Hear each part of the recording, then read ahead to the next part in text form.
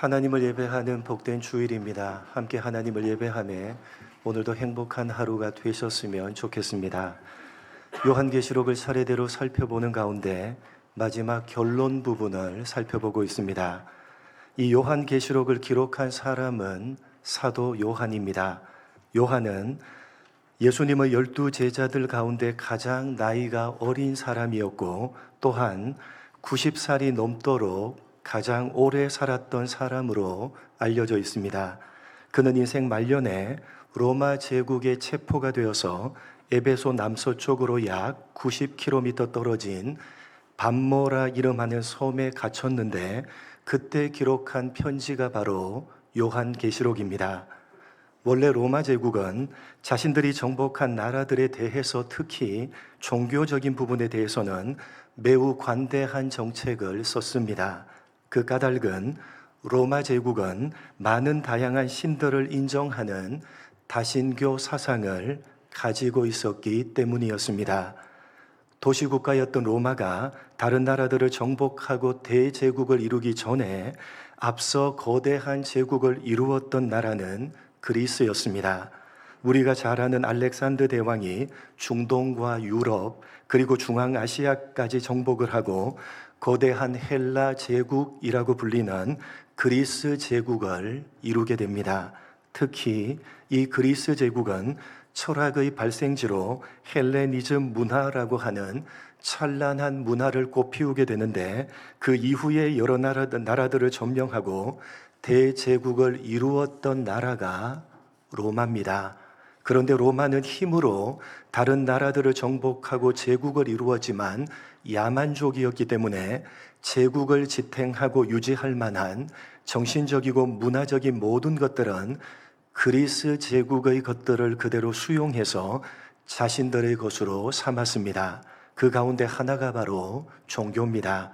그리스는 우리가 잘 아는 대로 제우스 신을 비롯해서 아폴로, 큐피트 등등 여러 다양한 신들을 섬겼고 그것을 로마도 그대로 수용을 해서 여러 다양한 신들을 섬기는 다신교 사상을 가지고 있었습니다.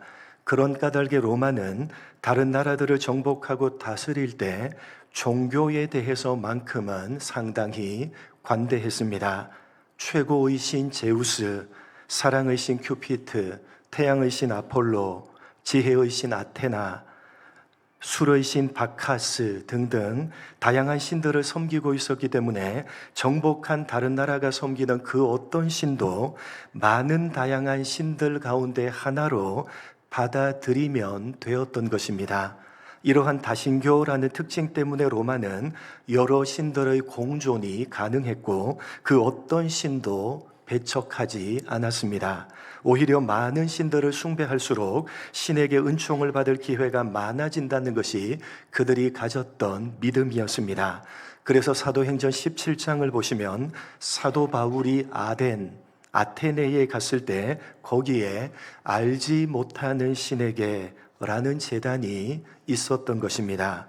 이렇게 로마가 다신교 사상을 가지고 여러 다양한 신들을 섬기고 있었기 때문에 정복한 다른 나라들의 종교에 대해서 관대한 정책을 썼고 이스라엘의 종교에 대해서도 관대했습니다.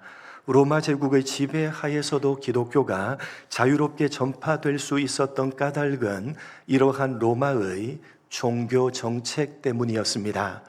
그런데 그랬던 로마가 1세기 후반부로 접어들면서 점차로 기독교를 핍박하기 시작했고 그 핍박은 네로 황제와 도미티안 황제 때에 그 절정을 이루게 됩니다. 다른 나라의 종교에 대해서 관대했던 로마가 왜 갑자기 기독교를 핍박하게 되었는가 하면 기독교는 로마의 다신교 사상과 부딪힐 수밖에 없는 다른 점을 가지고 있었기 때문이었습니다. 무엇입니까? 오직 한 분, 하나님만을 신으로 인정하는 유일한 사상을 가지고 있기 때문입니다. 여러 다양한 신들을 인정하는 다신교 사상을 가지고 있었던 로마는 정복한 여러 다른 나라들의 신들을 거부감 없이 인정하고 받아들일 수가 있었고 그렇게 하면서 자연스럽게 로마가 섬기는 신들도 정복한 나라들에게 섬기도록 권장했고, 대부분 다신교였던 나라들은 그들이 의도한 대로 되었는데 유독 기독교만은 철저하게 유일신 사상을 외치면서 다른 신들을 거부했기 때문입니다. 그래서 로마는 기독교를 불법적인 종교로 간주를 했는데, 결정적으로 로마가 황제를 신격화하면서 여러 신들 가운데 로마 황제를 최고의 신으로 섬기도록 황제 숭배 정책을 펼쳤는데, 기독교는 그러한 로마의 종교 정책을 정면으로 거부해버렸기 때문에 대대적으로 핍박하기 시작을 했던 것입니다. 그래서 그러한 대대적인 로마의 핍박 때문에 사도 요한은 체포가 되어서 밤모섬에 갇힌 것이고, 그곳에서 하나님으로부터 이 계시록의 내용을 받아서 편지로 적어 대대적인 로마의 핍박 가운데 있었던 7 교회를 비롯한 모든 성도들에게 보낸 것입니다. 그렇게 로마가 기독교를 극심하게 핍박하고 있었기 때문에 사도 요한이 편지를 적어서 보내게 되면 무슨 불순한 내용이 없는지를 사전에 검열을 했기 때문에 이 계시록을 상징과 비유를 사용해서 적을 수밖에 없었던 것입니다.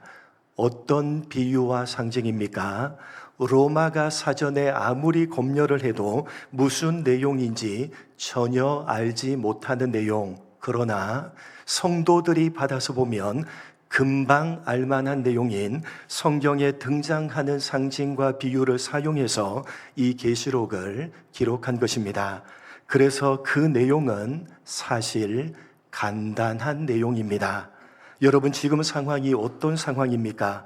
로마 제국의 대대적인 핍박 가운데 하루에도 12번씩 기독교 신앙을 포기하고 싶을 정도로 흔들리면서 하루하루를 겨우겨우 신락 같은 믿음을 가지고 버티면서 살아가고 있는 상황입니다. 그런 상황인데 무슨 복잡한 말을 그들에게 하겠습니까? 간단한 말씀입니다. 너희가 지금 믿음을 지키면서 걸어가고 있는 그 길이야말로 하나님께서 가장 기뻐하시는 길이고, 말씀을 따라서 살아가는 그 삶이야말로 가장 복된 삶이다. 결국 그것이 드러나게 되는 때가 반드시 올 것이다. 이러한 하나님의 말씀을 읽는 자와 듣는 자, 그리고 그 말씀을 지키는 자가 정말로 복이 있는 자다. 그러니까 어떤 일이 있어도 지지 말고 포기하지 말고 하루하루를 믿음으로 버텨내라. 성경 전체가 가장 중요하게 강조하고 있는 간단한 말씀, 하나님께서 대적하는 모든 자들을 반드시 심판하실 것이고 하나님을 믿는 사람들을 반드시 구원하실 것이다. 이것이 요한계시록 전체가 말하고 있는 핵심적인 메시지입니다.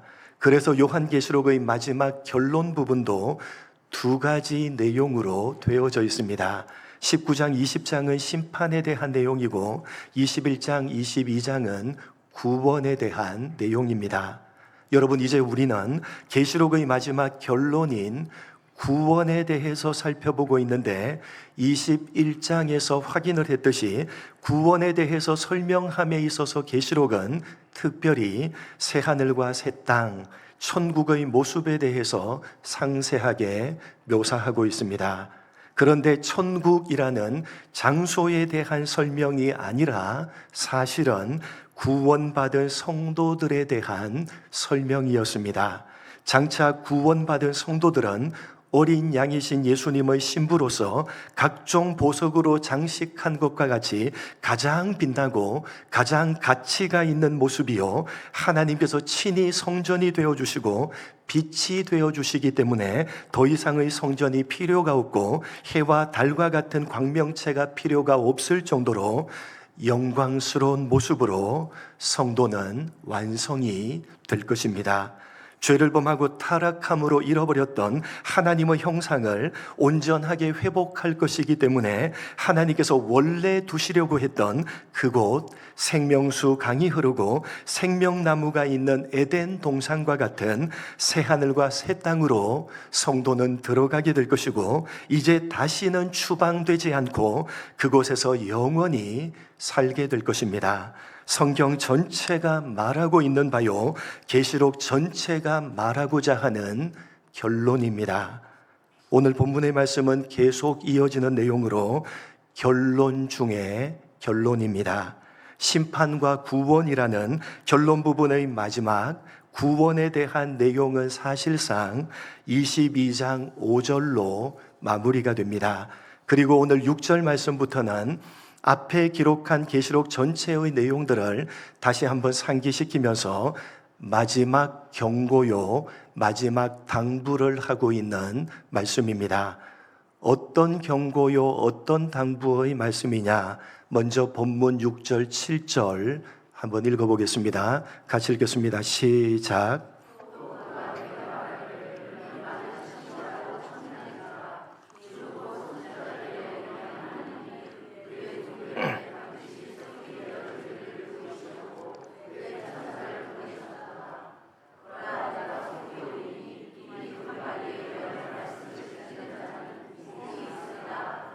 여러분, 이 계시록의 모든 내용들은 누가 하신 말씀입니까? 누가 하신 말씀이죠? 하나님께서 말씀하신 내용입니다. 왜 말씀을 하셨느냐? 하나님께서 그의 종들, 즉 예수를 믿는 성도들에게 반드시 속히 되어질 일을 보이시려고 누구를 보내서, 그의 천사를 보내서 말씀하신 내용입니다. 그래서 요한이 두루마리 종이에 기록을 한 것인데 이렇게 말씀을 하십니다. 내가 속히 오리니 이 두루마리의 말씀을 지키는 자가 복이 있다 말씀하십니다. 그러자 사도 요한은 그 자리에 엎드려서 경배를 하려고 했습니다. 본문 8절 9절 사도 요한은 경배를 하려고 했습니다. 읽어보겠습니다. 같이 읽겠습니다. 시작.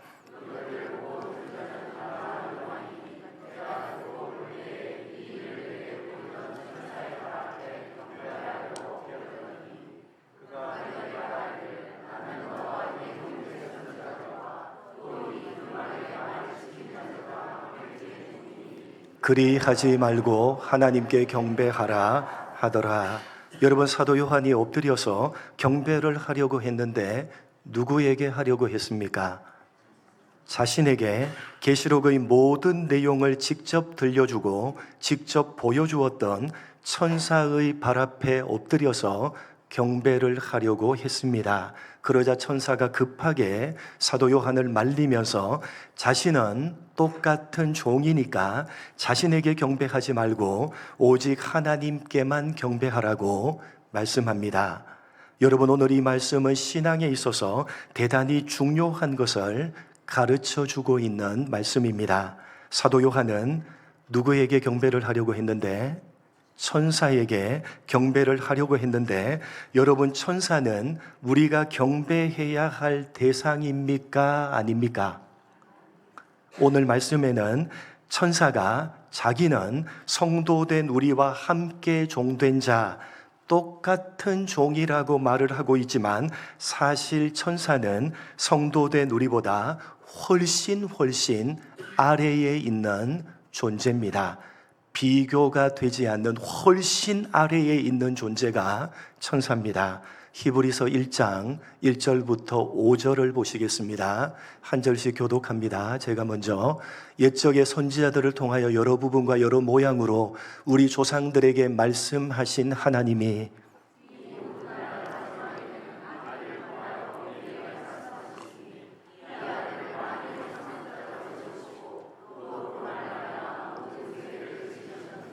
이는 하나님의 영광의 광채시요 그 본체의 형상이시라. 그의 능력의 말씀으로 만물을 붙드시며 죄를 정결하게 하는 일을 하시고 높은 곳에 계신 지극히 크신 이의 우편에 앉으셨느니라.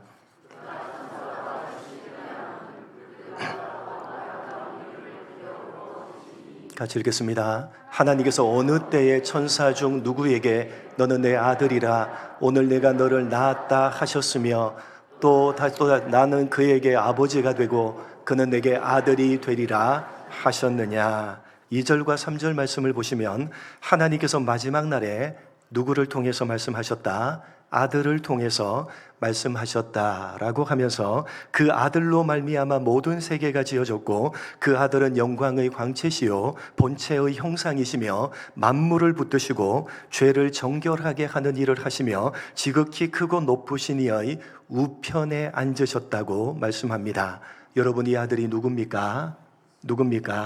예수님이십니다. 그래서 4절과 5절을 보시면 이 아들이 누구보다도 훨씬 더 뛰어납니까? 천사보다도 비교할 수 없이 훨씬 더 뛰어납니다. 왜요? 하나님의 아들이기 때문입니다. 천사는 하나님께서 부리시는 종이지만 예수님은 아들이십니다. 여러분, 종은 아들과 비교할 대상조차 되지 못합니다. 그런데 여러분, 이 말씀은 단순히 예수님과 천사를 비교하기 위한 말씀이 아니라 성도된 우리들의 위치를 설명해 주기 위한 말씀입니다.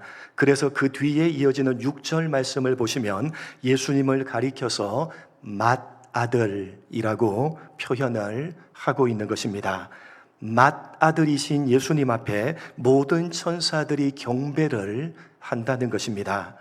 여러분, 예수님은 성부 하나님의 하나밖에 없는 유일한 아들이십니다. 그런데 왜 맏아들이십니까? 여러분, 예수님은 성부 하나님의 유일한 아들이십니다. 그런데 왜 맏아들이십니까? 그것은 예수님 때문에 하나님을 아버지라고 부르는 수많은 아들들이 태어났기 때문입니다. 누굽니까? 바로 하나님을 아버지라고 부르고 있는 성도된 우리들입니다. 그래서 여러분, 계속 이어지는 14절 말씀을 보시면 모든 천사들은 구원받을 상속자들, 예수를 믿는 성도들을 섬기는 자들이라고 말씀합니다. 여러분, 천사는 아무리 지위가 높은 천사라 할지라도 하나님을 아버지라고 부를 수가 있습니까? 없습니까? 아무리 지위가 높은 천사도 하나님을 향해서 아버지라고 부를 수는 없습니다. 하나님께서 허락치 않으셨습니다. 하나님은 예수님에게만 아버지시고 또한 성도된 우리들에게만 아버지십니다. 천사도 하나님의 피조물이고 사람도 하나님의 피조물이지만 그 격이 다른 것입니다. 오직 사람만 하나님의 형상대로 지음을 받았을 뿐만 아니라 사람만 죄를 범하고 타락한 것이 아니라 천사도 역시 죄를 범하고 타락을 했지만 하나님께서는 타락한 천사를 위해서는 예수님을 보내주셨습니까? 주지 않으셨습니까? 타락한 천사를 위해서는 하나님께서는 예수님을 보내주지 않으셨습니다. 오직 누구만 위해서? 타락한 사람만 위해서 예수님을 보내주셨습니다. 똑같은 피조물이지만 사람과 천사는 그 격이 다른 것입니다. 예수를 믿는 우리는 하나님의 자녀이고 천사는 하나님의 종에 불과할 뿐입니다. 아버지 하나님에게 종이니까 자녀인 우리에게도 천사는 종에 불과할 뿐인 것입니다. 그런데 사도 요한은 심부름꾼이요 종에 불과한 천사의 발 앞에 엎드려서 경배를 하려고 했던 것입니다. 그래서 천사가 급하게 요한을 말리면서 그리하지 말라, 오직 하나님께만 경배하라고 했던 것입니다. 여러분, 그러면 왜 사도 요한이 천사의 발 앞에 엎드려서 경배를 하려고 했던 것입니까? 왜 그렇게 하려고 했던 것입니까? 8절의 그 까닭을 이렇게 이야기하고 있습니다. 8절 말씀 다시 한번 읽어봅니다. 같이 읽겠습니다. 시작.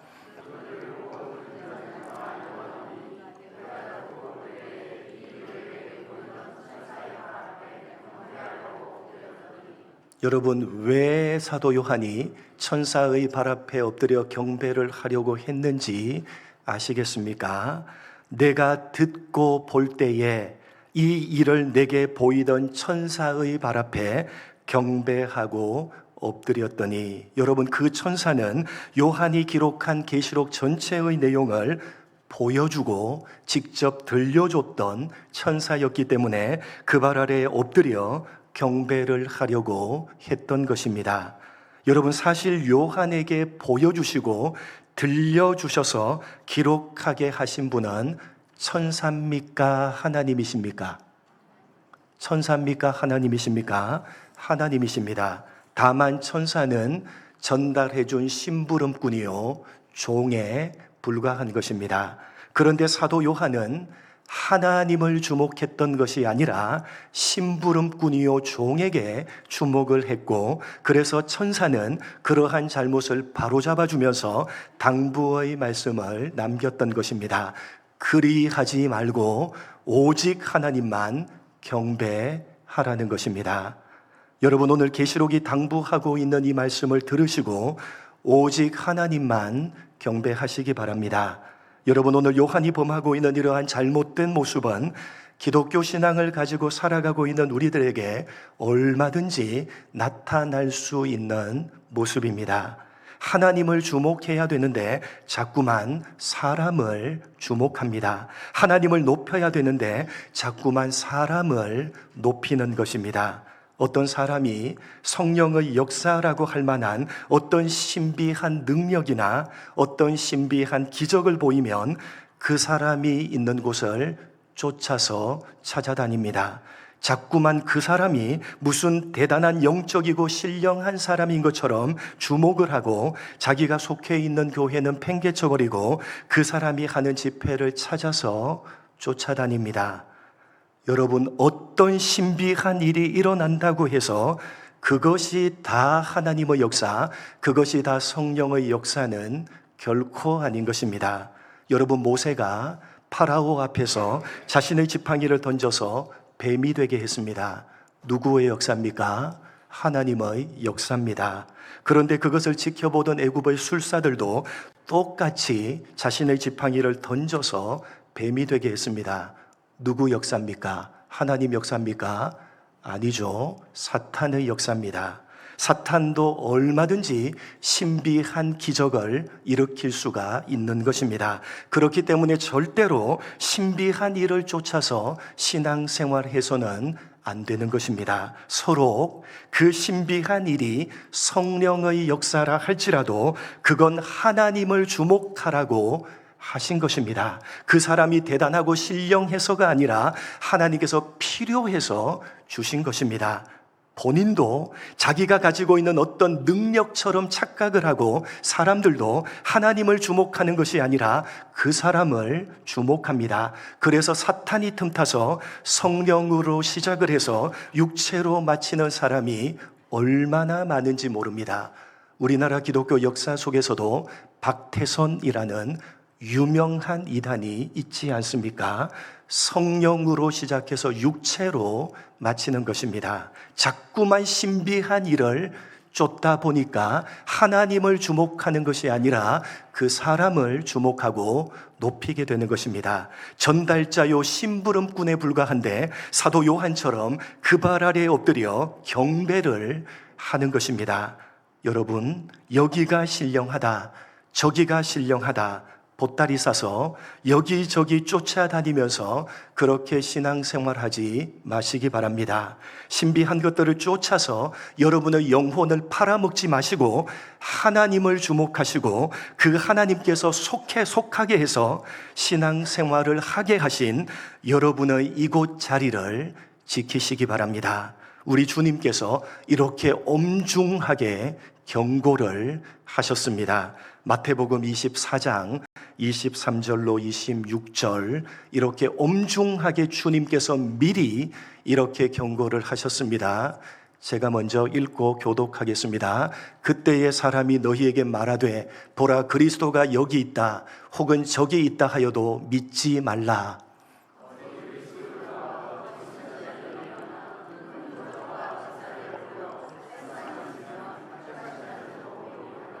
보라 내가 너희에게 미리 말하였노라.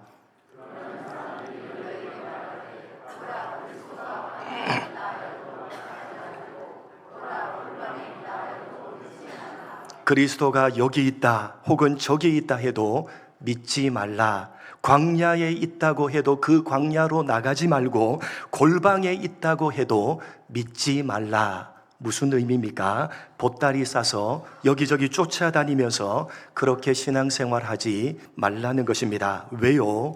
거짓 그리스도와 거짓 선지자들이 큰 표적과 큰 기사를 보여주면서 할 수만 있으면 택하신 우리를 미혹하기 때문입니다. 미리 경고를 하셨습니다. 여러분, 신비한 표적과 신비한 기적을 주목하면서 보따리 장사하지 마시고 하나님을 주목하시기 바랍니다. 하나님께서 신앙생활하게 하신 이곳 여러분의 자리를 지키시기 바랍니다. 여러분, 신앙생활하는 것이 밋밋하고 맹숭맹숭하다, 여러분 그런 생각이 드십니까? 여러분, 하나님을 섬기는 신앙생활을 하는 것이 밋밋하고 맹숭맹숭하다, 그런 생각이 드십니까? 여러분, 여러분의 건강은 특별하고 자극적인 음식이 지켜주는 것이 아니라 별로 특별한 것이 없는, 늘 그냥 그렇게 먹고 있는 맹숭맹숭하고 밋밋한 집밥이 여러분의 건강을 지켜주는 법입니다. 신앙도 마찬가지입니다. 막 방언이 터지고 기적이 일어나고 소리를 지르고 뭔가 특별해 보이는, 그게 살아있고 생동감 있는 신앙생활이라고 여러분 생각을 하십니까? 천만에요. 그건 오늘 사도 요한이 범하고 있는 실수요, 사도 요한이 범하고 있는 잘못입니다. 자신의 눈에 보여주고 자신의 귀에 들려주는 천사의 발 앞에 엎드려 경배를 하는 것입니다. 잘못된 것입니다. 그리하지 말라고 오늘 천사가 경고하고 있고 계시록이 당부하고 있고 주님께서 미리 경고하셨다는 사실을 여러분 마음에 새기시기 바랍니다. 여기저기 기웃기웃거리는 보따리 신앙을 이제 그만 청산하시고 여러분을 건강케 하는 별로 특별한 것이 없어 보이는 밋밋하고 맹숭맹숭한 여기 이곳, 하나님이 있게 하신 이곳 교회, 여러분의 자리를 힘써 지켜가시는 여러분 모두가 되시기를 주님의 이름으로 간절히 축복합니다. 하나님 아버지, 오늘 천사가 들려주는 경고의 말씀, 우리 주님께서 미리 엄중하게 경고해 주신 그 경고의 말씀을 귀 있는 자가 되어서 들을 수 있는 우리가 될 수 있도록 인도하여 주옵소서. 예수님의 이름으로 기도드립니다. 아멘. 찬양하시며 봉헌하겠습니다.